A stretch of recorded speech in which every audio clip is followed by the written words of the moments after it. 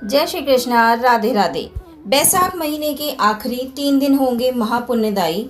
10, 11 और 12 मई को स्नान दान से मिलेगा अक्षय पुण्य। इन तिथियों में हर दिन हुए हैं भगवान के अवतार।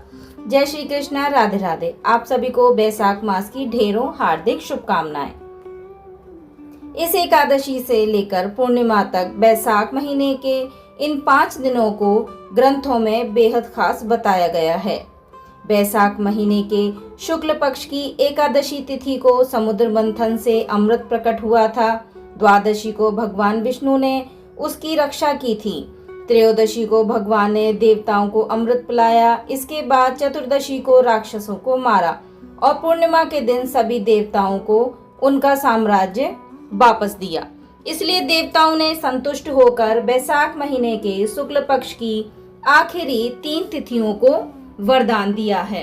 इनमें भी बैसाख के आखिरी 3 दिनों को बहुत ही पवित्र और शुभ माना गया है, जो कि इस बार 10, 11 और 12 मई को है। इन दिनों में स्नान, दान और व्रत करने से पूरे बैसाख मास में किए गए शुभ कर्मों का पुण्य मिलता है। स्कंद पुराण के वैष्णव खंड के अनुसार बैसाख मास की आखिरी 3 तिथियां अक्षय पुण्य देने और हर तरह के पाप खत्म करने वाली होती हैं। इसलिए इन्हें पुष्पकरणी कहा जाता है। इनमें शनिवार को त्रयोदशी, रविवार को चतुर्दशी और सोमवार को पूर्णिमा रहेगी। भगवान के 3 अवतार हुए हैं, इसलिए खास है ये दिन। ग्रंथों के अनुसार इन 3 दिनों में भगवान विष्णु के 3 अवतार अवतरित हुए हैं। त्रयोदशी को नरसिंह जयंती, चतुर्दशी को कूर्म जयंती तथा पूर्णिमा को बुद्ध पूर्णिमा है। इसलिए बैसाख के अंतिम दिनों में स्नान, दान, पूजन जरूर करना चाहिए। देवताओं ने कहा है कि बैसाख की ये 3 शुभ तिथियां इंसानों के पाप का नाश करने वाली रहेंगी।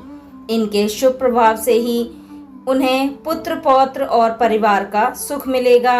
इन्हीं के प्रभाव से समृद्धि बढ़ेगी। स्कंद पुराण में कहा गया है, जो पूरे बैसाख में सुबह जल्दी तीर्थ स्नान कर सकता हो, वो सिर्फ इन 3 तिथियों में सूर्योदय से पहले उठकर पवित्र नदियों के जल से नहा ले और उसे पूरे महीने का पुण्य फल मिल जाता है।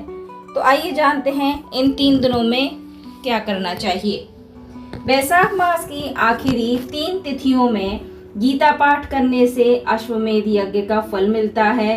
इन तीनों दिनों में श्री विष्णु सहस्त्र नाम का पाठ करने से कभी न खत्म होने वाला अनंत गुना पुण्य मिलता है।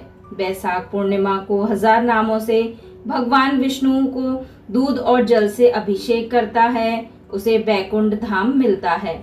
बैसाख के आखिरी 3 दिनों में श्रीमद् भागवत सुनने से जाने अनजाने में हुए हर तरह के पाप खत्म हो जाते हैं।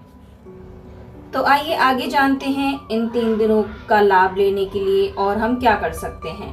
सबसे पहले यमराज को जरूर करना चाहिए 1 लोटा जल अर्पित। बैसाख के इन अंतिम 5 दिनों में यानी कि पंचाभिषेक में आप सबको सबसे पहले 1 लोटा जल यमराज को अर्पित करना है। दूसरा, सूर्योदय से पहले स्नान करना। इन 3 दिनों में आपको सूर्योदय से पहले स्नान करना बहुत महत्वपूर्ण बताया गया है। विष्णु सहस्त्र नाम का पाठ जरूर करें। बैसाख के अंतिम 5 दिनों में विष्णु सहस्त्र नाम का पाठ करना बहुत महत्वपूर्ण बताया गया है। माता तुलसी की पूजा। इन 5 दिनों में माता तुलसी की नियमित पूजा का विधान है। पीपल सींचने का काम। इन 5 दिनों में आप पीपल सींचने का काम कर सकते हैं। जलदान करना। समस्त दानों और तीर्थ स्थान के गमन से जो फल प्राप्त होता है, वही फल इन 3 दिनों में किए गए जलदान से होता है। बैसाख मास में जलदान को श्रेष्ठ माना गया है। अगर आप स्वयं जलदान ना कर पाए तो भी जलदान जो कर रहा हो उसके साथ जुड़ जाएं। तो अगर आप भी पूरे महीने के बैसाख का पुण्य फल प्राप्त करना चाहते हैं तो इन 3 दिनों में ये काम जरूर करें। तो यह थी जानकारी बैसाख महात्म के आखिरी 3 दिनों की कथा। यदि ये जानकारी आपको पसंद आई हो तो अपने फैमिली फ्रेंड्स के साथ ज़रूर शेयर करें। मैं मिलती हूँ आपको अगली वीडियो में, तब तक के लिए राधे राधे।